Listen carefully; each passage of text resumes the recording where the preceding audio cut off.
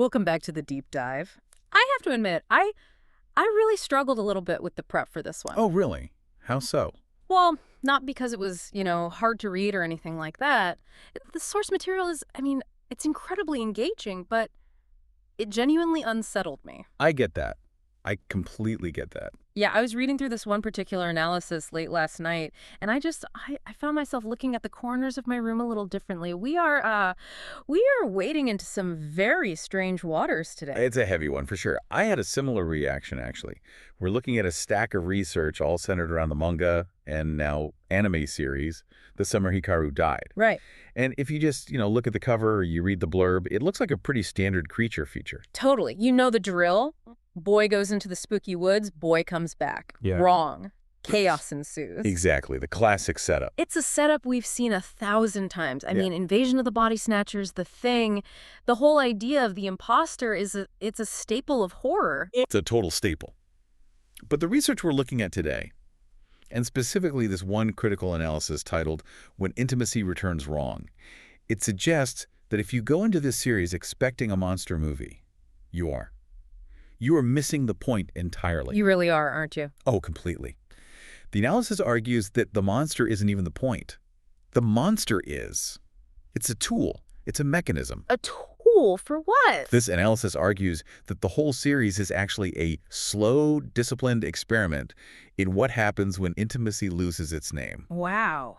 Okay. Loses its name. It uses the whole horror genre to ask a question that is, frankly, much more terrifying than, will the monster eat me? Which is? It asks, what happens when you love something that you can no longer define? Ooh. When the person standing right in front of you has the face of your best friend and the voice of your best friend, but the actual definition of friend has completely, totally dissolved. That's the real horror right there. That's it. That is the core of it. So before we get into the heavy philosophical stuff, and just a heads up, we are going to get into some heavy stuff, including some French philosophy that made my head spin a little. Let's just set the scene. Okay. For you, the listener, if you haven't read it, what is the ground floor here? What's the basic setup? Okay, ground floor. You've got a rural Japanese village. And the atmosphere is it's thick, it's very hot, it's very loud with cicadas, very isolated. You can almost feel the humidity just reading it. Totally. And in this village, you have two high school boys, Yoshiki and Hikaru. They have been absolutely inseparable since they were toddlers, a total package deal. The kind of friendship where they finish each other's sentences, right? Like they don't even need to talk to understand what the other is thinking. Exactly. Total sync. They have this shared private world. Then, one day, Hikaru goes into the mountains alone. He disappears for a week. And the whole village is looking for him. The whole village is looking. Then he comes back. And initially, everything seems fine. He looks the same. He talks the same. But in the very first chapter, there's this confrontation. So it doesn't wait. It gets right to it. Gets right to it. Yoshiki asks him a question, a simple question, and the thing that looks like Hikaru answers. And Yoshiki just knows. Immediately. He knows it's not him, just like that. He knows. The text is so clear about this. There's no doubt in his mind. He just looks at him and says, you're not Hikaru. And the thing wearing Hikaru's face, what does it do? It admits it. It just says, yeah, I'm not. See, that's the twist that hooked me right from the start. Usually in these kinds of stories, the alien or the monster tries to deny it. It tries to gaslight the protagonist. Right. What do you mean? Of course I mean. You're going crazy. Exactly. But here, the monster just says, you got me. It completely drops the act. And then it begs him. He said, but please don't tell anyone. If you tell them, they'll kill me. And I want to stay with you. And Yoshiki, our protagonist, he agrees. He agrees to keep the secret. He does. And that is where our analysis really starts to dig in. Because that single decision to stay with the monster, it completely changes the genre of the story, doesn't it? It absolutely does. Yeah. It stops being a story about survival, me versus the monster. And it starts being a story about a relationship. A very, very strange relationship. It becomes a relationship story, but a wrong one. And that right there brings us to the first major pillar of this analysis we're looking at, this concept of the remainder. Okay, walk me through this. The remainder. It sounds a little bit like a math term. It kind of does, but it's more philosophical. It's a Yeah. way of thinking about what actually makes a person. Well, person. The source material talks about the collapse of recognition. The collapse of recognition. Yeah. Think about your best friend. When you see them walk into a room, you don't just see a body, right? You see a history. You see a whole universe of shared experience. Right, of course. I see their jokes, their bad habits, that time we went on that disastrous road trip. It's all wrapped up in the visual of them. Exactly. The name, let's just say Dave, for our example. The name acts as what this analysis, borrowing from Lacan, calls a signifier. A signifier. Think of it like a stitch or maybe a container. It's the thing that holds together the body, the voice, the memories, and the relationship you have with them. When you say the name Dave, you're invoking that entire unity. Everything is stitched together tight. So the name matches the thing. The label on the jar matches what's inside. Perfectly put. The name matches the thing. Yeah. But in the Summer Hikaru Died, that stitch is popped. The container broke. It's shattered. Hikaru, the person, is dead. He died in the mountains. The person is gone. But the signifier, the name, the face, the voice that's still walking around. The label is still on the jar, but the contents are something else entirely. The analysis puts it this way. The name Hikaru no longer matches the entity standing in front of the Yoshiki. The unity is broken. It has collapsed. So you have the shell, but the No. ghost, Huh? the ghost inside is alien. It's worse than just alien, though. That's the really creepy part. Because it has Hikaru's memories. It is Hikaru's mannerisms. It remembers their childhood. It's not just a blank slate wearing his skin. It's a copy. It's more like a remainder. Yeah. That's the term. It is what is left over when the personhood is removed, but the attachment is still there. That's a really tricky concept. The attachment remains. You mean Yoshiki's attachment to Hikaru? Yes, Yoshiki's. But also, weirdly, the creature's attachment to Yoshiki, it wants to be with him. Yoshiki still loves him. Or he loves it. And the creature actively demands that love. It's not just passively existing, it's asking for something. It's asking for everything. Yeah. The source material defines the monster not as a predator, not as a villain, but as a presence that demands closeness while refusing definition. That is so much creepier than a predator. I mean, a predator you can fight, a predator you can run from. You know what it wants. Its motives are clear. Exactly. But something that looks like your dead best friend, crying and asking to hold your hand, that paralyzes you. It paralyzes you because it cannot be located in your mental map of the world. We navigate reality using these coordinates, right? This is my friend. This is my enemy. This is a stranger. We categorize to survive. We do. And this entity, it's off the map. It's not friend because the friend is dead. It's not enemy because it seems to love you. It's not same, but it's not different enough to be completely dismissed or destroyed. It's uncanny. It is the absolute definition of uncanny. Freud talked about the uncanny as something that is familiar yet strange. This thing is the ultimate uncanny object. It's the most familiar thing in Yoshi's life made utterly strange. And the horror, the specific quiet dread of this story, isn't that Hikaru is gone? We have words for that. We call it grief. We know how to process that. Right. If Hikaru had just died in the woods and they found the body, it would be a tragedy, a terrible tragedy. But it wouldn't be a horror story. It would be sad, not scary. Exactly. The horror is that something remains, something that refuses to go away, something that demands to be loved but Cannot be named. cannot be named. And that inability to name it. Yeah. That brings us to the part of the analysis that was maybe the most complex, the part that talks about queerness.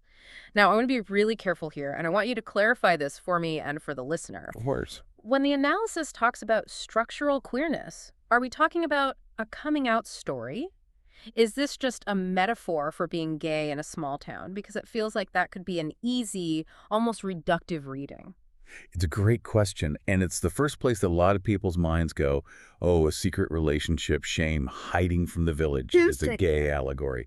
And look, you can certainly read it that way. That reading is available. Sure. But the analysis we're looking at argues that if you stop there, you're really missing the deeper, more interesting mechanism at play. So it's not about identity politics. No. The source is very, very specific about this. This isn't about queerness as a political statement or a flag-waving identity.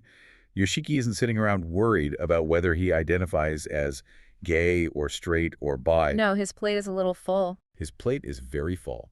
He is worried that his best friend is an eldritch horror from the mountains that might eat their classmates. A fair point. The monster part kind of overrides the dating part. It really does. So the analysis uses the word queer in a more philosophical or academic sense-referencing theorists like, say, Jacques Lacan or Yves Sedgwick.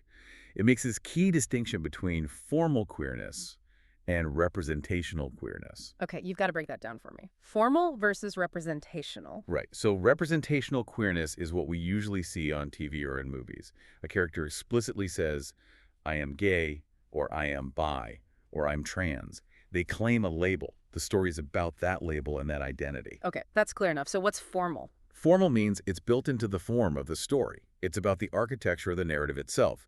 The story as a structure places Yoshiki and this Hikaru thing at the very, very edge of articulation. The edge of what can be spoken. Exactly. They are in a relationship that has no name. They don't have a word for it. Because what word could they possibly use? They physically cannot speak what they are to each other.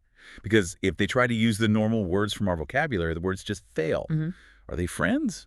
No, one of them is a monster from the woods. Are they lovers? Well, it's a bit complicated by the fact that one of them is eating bugs and isn't human. So it refuses what the analysis calls a stable social grammar. I love that phrase. Isn't that a great phrase? Stable social grammar. We rely on that grammar to make sense of our lives and our relationships. Husband, wife, partner, friend, brother. Those are stable, legible terms. This relationship, it's fundamentally unstable. It's fluid in a very, very scary way. So the queerness here is less about sexuality and more about being fundamentally outside the boundaries of definition. Yes, it's about being in the state of the question. The show relentlessly forces the characters and the audience to constantly ask, what are we? What is this thing between us?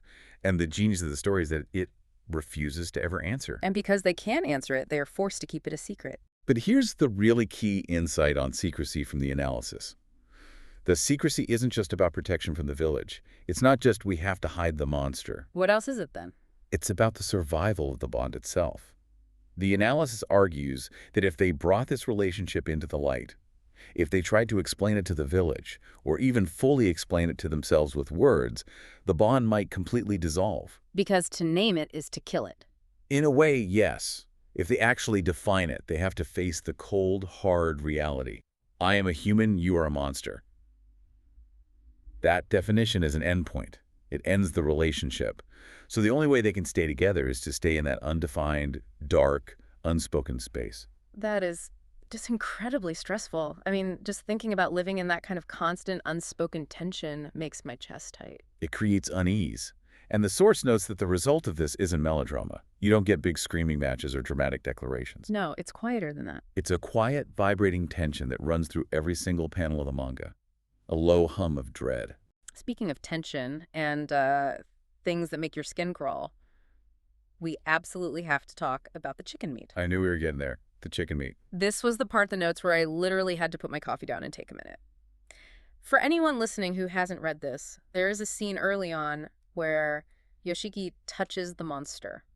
He's touching his friend's arm. A simple, intimate gesture. And he doesn't say it feels cold. He doesn't say it feels slimy or monstrous. He says it feels like touching raw chicken meat. It is such a specific, mundane, and utterly grotesque detail. Why is that so effective? Because, I mean, I've read plenty of horror where things are rotting or decaying or covered in slime, but chicken meat just, it hit me harder. Why? The analysis spends a lot of time on this specific point. It calls the description diagnostic. Diagnostic, like a doctor. Exactly. It's not just there to gross you out for the sake of it. It's telling you exactly what is wrong with the monster on a fundamental level. Think about a chicken breast you buy at the supermarket. What is it, really? It's food, it's pink, it's kind of cold and wet. It's an ingredient. Is it an animal? Well, I mean, technically it was, Yeah. but not anymore. Not in that form. It's a product. Exactly. Yeah. It's flesh that has been stripped of personhood. It's processed. It is edible. It is, to quote the analysis, meat without a subject. Meat without a subject. Wow. So when you touch a living person, you expect mutuality. There's a feedback loop. Right. If I grab your arm, I feel the warmth, the muscle tension. I feel you reacting to me. Even if it's just a tiny flinch, there's a circuit. The circuit is closed. I touch, and I am touched. But here, Yoshiki reaches out for his friend for that connection, and his hand meets thinghood. Thinghood. He meets raw material. It's inert, it's dead, but it's walking around. It's the texture of an object. And not just any object, an object meant for consumption, which adds another layer of yikes. A whole other layer. It's flesh that has been evicted from the category of life. That is horrifying. It's not just body horror, it's an ontological horror. It's a horror about the very nature of being. And this connects directly to that Lacanian concept we teased earlier, The real. Okay, the real. I'm gonna need some help with this one. I always struggle with it. It sounds like something out of the Matrix. Can you help me out here? It is tricky. It's one of the hardest concepts. In Lacan's view, most of our lives are lived in what he calls the symbolic. That's the world of words, laws, names, social rules. It's the structured reality we all agree on. Okay, the world of language. Exactly. Yeah. The real, on the other hand, is everything that doesn't fit in that world. It's the raw, chaotic, traumatic stuff that language can't possibly contain or explain.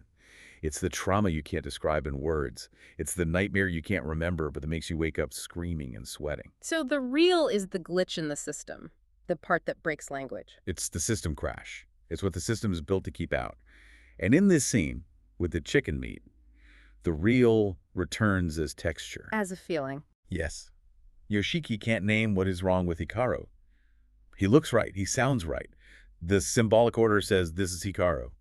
But when he touches him, the real just erupts through his fingertips. So the wrongness bypasses his brain and his logic and goes straight to his nerves. Exactly. It feels wrong in a way that language can't catch up to. And the analysis makes a brilliant connection here. It connects this moment to the experience of adolescence. To being a teenager, how does that work? Well, think about puberty. Think about that time in your life. I try not to, but okay. We all do. But think about the sheer intensity of it. Your body is changing in ways you don't understand. You have these huge desires, romantic, sexual, angry, all of it, that are flooding your system. But you don't have the vocabulary for them yet. Oh, absolutely. You feel things at a level 10, but your ability to explain what you're feeling is at like a 2. Precisely. The argument is that adolescence is a time when desire moves through the body much faster than language can track it. The body knows things the mind can't articulate yet. Okay, I'm with you. The chicken meat moment, the analysis argues, registers that erotic pressure of closeness. There's no doubt that Yoshiki wants to touch Hikaru. There is a deep desire for intimacy and physical contact. But because it can't be legible as simple romance? Because it's a monster, because it's forbidden, because it's unspeakable. Yeah. That desire registers as grotesque. It becomes horrifying. So the desire curdles. It curdles into horror. Yeah. The hand reaches out toward intimacy, but what it meets is flesh that refuses the dignity of being a person. It's wrong. But, and this is the absolute key to the whole story, he doesn't pull his hand away. He keeps touching. He keeps touching him.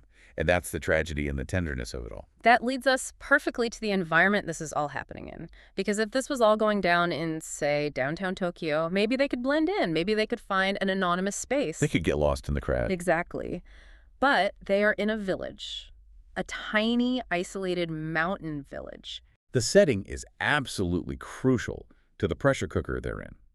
The source describes the village not just as scenery, but as a character. And it calls it an ambient tribunal. An ambient tribunal. That sounds incredibly judgmental. Have you ever spent any significant time in a deeply rural, isolated community? I have. Everybody knows whose car is parked in whose driveway at 2 in the morning. Right. It's a field of surveillance. The cicadas are screaming, the sun is beating down, and the eyes of the community are always watching. The analysis points out that in this kind of environment, being readable is not optional. It is a condition of survival. Readable? You mean people need to be able to put a label on you? They need to know where you fit. Whose son are you? What do you do for a living? Who are you going to marry? The community maintains its cohesion through categorization. If you are unreadable, if you don't fit into a neat box, you are a threat to the system. So Yoshiki and Hikaru are presenting a double threat to that system. A massive one. On the one hand, you have the supernatural threat. The monster might literally eat people. That's the obvious one. But there is a much quieter and maybe even more dangerous social threat. Which is? Which is this intense, strange, unnameable bond between two boys that defies every category the village has. The analysis had a quote about this that really stuck with me. It talked about the fear of what the village would do to a relation that cannot pass as ordinary. It implies violence, doesn't it? The phrasing is so deliberate. It does. It's not just they'll gossip about us. It's they will excise this. They will remove it. It's surgical. The village acts like a social immune system. It attacks and destroys anything that it identifies as not self. And this weird chicken meat intimacy that they have is definitely not self from the village's perspective. So the boys are trapped between two different kinds of terror. Inside the house, there's a metaphysical supernatural monster, but the second they step outside the house, there's the village. And that immense pressure cooker is what makes the horror work on such a deep level. The social dread amplifies the metaphysical dread, and vice versa. The core tension of the entire story lies in that gap between what is felt between them, this intense, powerful intimacy, and what is allowed to be said in public. It's interesting because this connects right back to the genre question we started with. Why tell this as a horror story? Why not a quiet rural drama?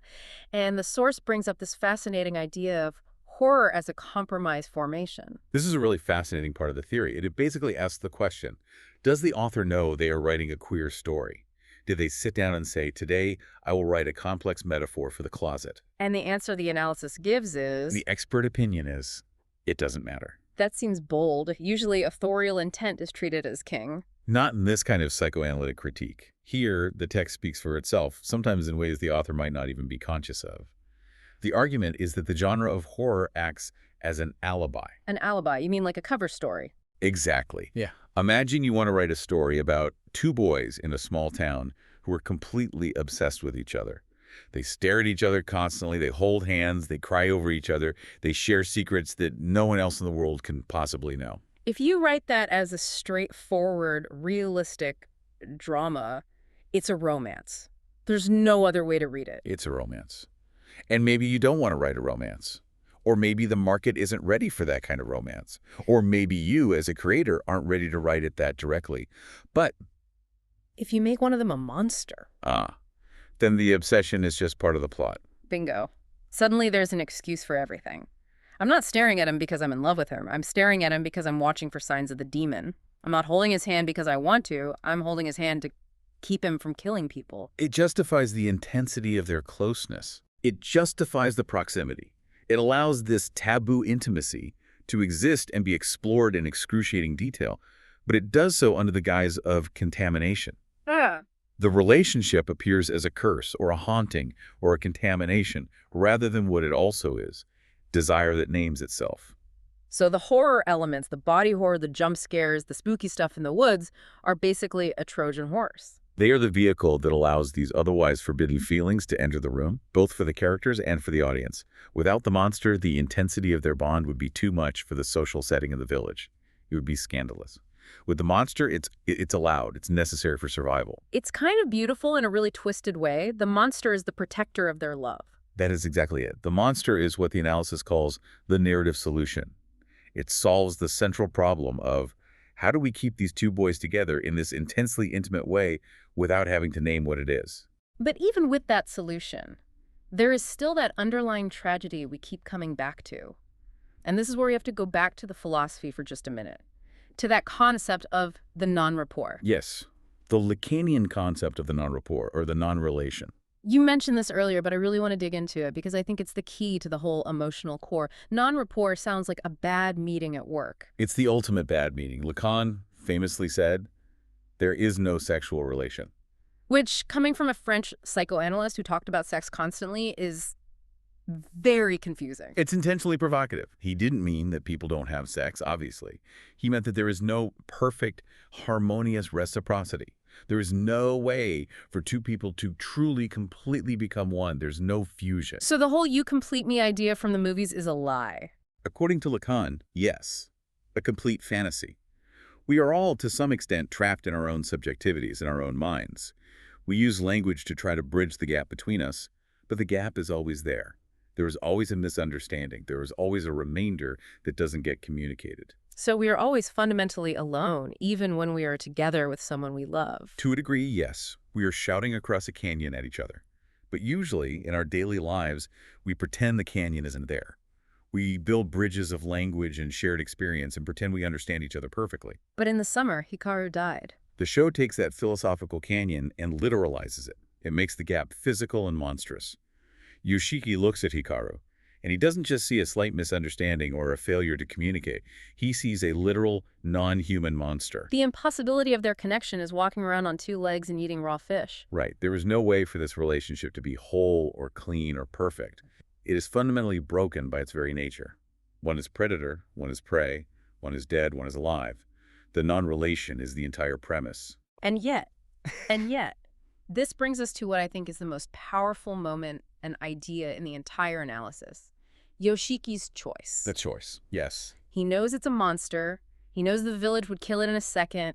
He knows it feels like chicken meat when he touches it. He knows it's wrong in every conceivable sense of the word. And he stays. He chooses to stay with it. Why? Why does he do that? That is the $10 million question, isn't it? The analysis argues that it is a conscious choice of proximity over clarity. Unpack that phrase for me. Proximity over clarity. Okay, so Yoshiki is standing at a crossroads. He has two options. Option A is clarity. He tells the adults, he exposes the monster is presumably killed, and the mystery is solved. He accepts the clear, hard truth that his friend Hikaru is dead. He goes back to normal. He returns to the stable social grammar of being a grieving friend. That's the healthy choice, theoretically. That's the moving on choice that everyone would tell him to make. That's the choice therapy would recommend. Absolutely. Yeah. But it means he is completely alone. It means Hikaru, in every form, is gone forever. And option B? Option B is proximity. He keeps the secret. He stays with the monster. He chooses to live in the confusion, the fear, the disgust, and the dread. He gives up ever having a clear answer. But he is not alone. He gets to keep something of his friend. He gets to stay close to the shape of his friend. He chooses to live beside the whole, as the analysis puts it. Wow. He accepts the wrongness as the price of connection. And that trade-off, that impossible choice, is what makes this story so devastatingly human.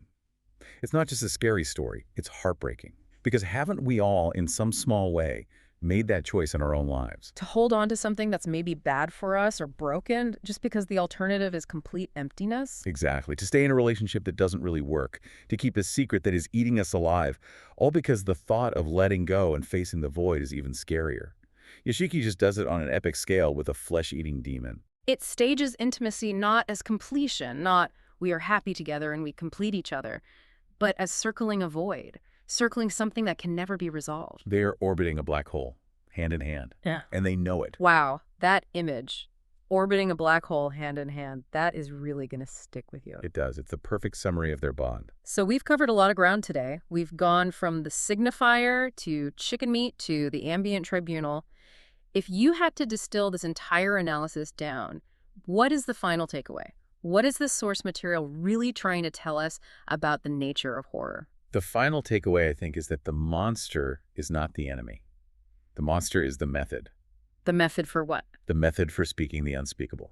The series uses the impossible logic of the supernatural to get at a very real, very human feeling. The feeling that our deepest, most important intimacies are often the ones that make the least logical sense. So the terror isn't that something comes back from the dead. That's just the premise. No, that's just the hook. The real terror is the things in our own lives that we cannot name, the feelings we have for people that don't fit into the neat little categories that the village provides for us. And because we can't name them, they don't just go away. They never go away. They return. They have to return somehow. And if they can't return as language, they return as texture, they return as contamination, they return as dread. So the monster in the woods is us, or a part of us. The monster is the part of us that doesn't fit, the part that demands to be loved, even though we feel it's wrong, the part that chooses proximity, even when it knows it can never have clarity. That is a haunting thought to leave on. It really makes you want to look in the mirror and ask yourself, what am I hiding? Or what's my unnameable thing? Or maybe, what am I touching in my own life that feels, on some level, like chicken meat? Okay, you're not going to let me forget that, are you? Don't ruin my dinner. But seriously, this has been a fascinating, if unsettling, deep dive. It's completely changed the way I look at this series and, honestly, the way I think about the horror genre as a whole. It's a powerful text. It really rewards this kind of deep reading. I'm glad we got to unpack it. For everyone listening, if you haven't read The Summer Hikaru Died, I can't recommend it enough. But maybe? Yeah, maybe read it with the lights on. Pay very close attention to the texture of things. Definitely. We'll be back next time with another deep dive into the weird and the wonderful. Until then, keep your stitches tight. See you then.